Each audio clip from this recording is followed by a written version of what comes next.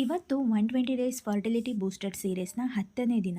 ಇವತ್ತಿನ ದಿನ ಬೆಳಗ್ಗೆನೇ ಸೂಪರ್ ಡೂಪರ್ ಆಗೇನೋ ಸ್ಟಾರ್ಟ್ ಆಗಿತ್ತು. ಆದರೆ 10:30 11 ಗಂಟೆ ಆಗ್ತಿದ್ದಂಗೆ ಸಿಕ್ಕಾಪಟ್ಟೆ ಬೇಜಾರಾಗೋಯಿತು ಬಿಕಾಸ್ ಆಫ್ ಮೈ ಮದರ್ ಇಲ್ಲ.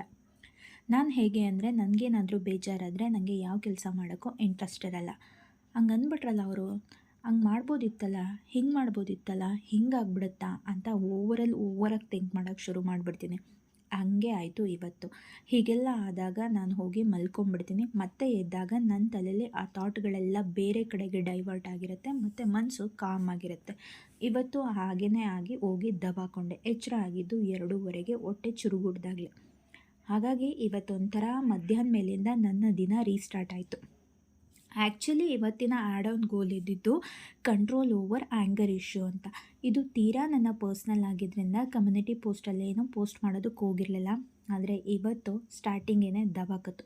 ಬೇಸಿಕಲಿ ನಂದು cool, com and composed personality, ಜೊತೆಗೆ ಇಂಟ್ರೋವರ್ಟ್ ಆಗಿರೋದ್ರಿಂದ ನನ್ನ ತಂಟೆಗೆ ಬರಲಿಲ್ಲ ಅಂದರೆ ನಿನ್ನ ಪಾಡಿಗೆ ನೀನು ಏನೇ ಮಾಡಿಕೊಂಡ್ರು ನಾನು ತಲೆ ಕೆಡಿಸ್ಕೊಳ್ಳಲ್ಲ. ಆ ಕ್ಯಾಟಗರಿ ನಾನು. ಒಂದು ವೇಳೆ ನನ್ನ ತಂಟೆಗೆ ಬಂದು ನನಗೇನಾದರೂ ತೊಂದರೆ ಕೊಟ್ಟರೆ ಮತ್ತೊಂದು ಸಲ ನೀನು ನನ್ನ ಕಡೆ ತಿರುಗಿ ನೋಡಬಾರ್ದು, ಹಾಗೆ ಕೊಡ್ತೀನಿ ನಾನು. ನನಗೆ ಮದುವೆಗೆ ಮುಂಚೆ ನನ್ನ ಕೊಲೀಗ್ಸು, ಫ್ರೆಂಡ್ಸ್ ಎಲ್ಲ ಹೇಳ್ತಿದ್ರು, ಮದುವೆ ಆಗೋ ಮಗಳೇ ಆವಾಗ ನೀನು ಇಷ್ಟೊಂದು ಕೂಲಾಗಿ ನಿನ್ನ ಪಾಡಿಗೆ ನೀನು ಇರೋದಕ್ಕೆ ಆಗೋದೇ ಇಲ್ಲ ಅಂತ. ಇದು ನನಗೆ ಮದುವೆ ಆದಮೇಲೆ ಎಕ್ಸ್ಪೀರಿಯೆನ್ಸ್ ಆಗ್ತದೆ. ನನಗೆ ಈ ಮನೇಲಿ ಕೋಪ ಬರೋದು ಇಬ್ಬರ ಮೇಲೆ. ಒಬ್ಬರು ಮದರ್ ಇಲ್ಲ, ಇನ್ನೊಬ್ಬರು ಆಬ್ವಿಯಸ್ಲಿ ನಮ್ಮ ಹಸ್ಬೆಂಡು.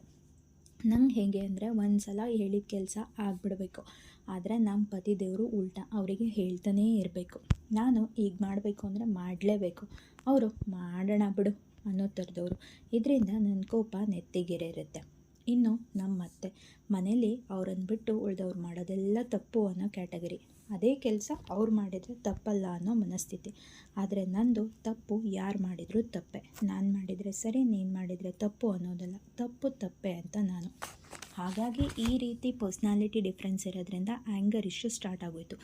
ಈಗ ಅದ್ರ ಮೇಲೆ ವರ್ಕ್ ಮಾಡೋಕ್ಕೆ ಶುರು ಮಾಡಿ ಒಂದು ಹಂತಕ್ಕೆ ಕಂಟ್ರೋಲಿಗೆ ಬಂದಿದ್ದೀನಿ. ಇದಕ್ಕೆ ಮೇನ್ಲಿ ನನಗೆ ಹೆಲ್ಪ್ ಆಗಿದ್ದು ಮೆಡಿಟೇಷನ್.